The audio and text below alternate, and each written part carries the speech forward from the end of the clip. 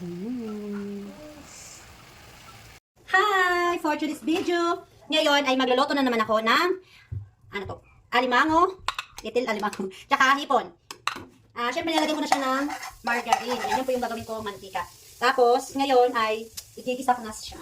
Bawang at tsaka sibuyas. Ayan, mga kamas.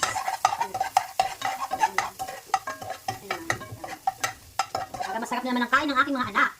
Kaya, kailangan masarap ang sarap na. Ayan, dahil mabango na siya. Ngayon, uunahin ko po ilalagay ang alimango. Ayan. Dito sa lang muna siya. Para masasarap na naman ang ating kain, mga kamas. Kasi, mas masarap magluto at kumain pag sa, diba? Ano nga sabihin ko? Masarap kumain pag sariling luto. Ganon. Ayan. Ngayon, tatakpan ko muna siya. Ayan. Tatakpan ko muna siya. At habang paluluto ko siya. Ayan. Nagluto na mga kamas. Tapos, syempre, susunod ko na ang hipon. Mini hipon. Ayan.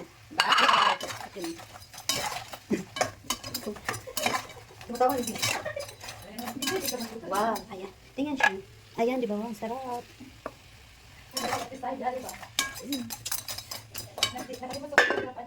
Saman, ha?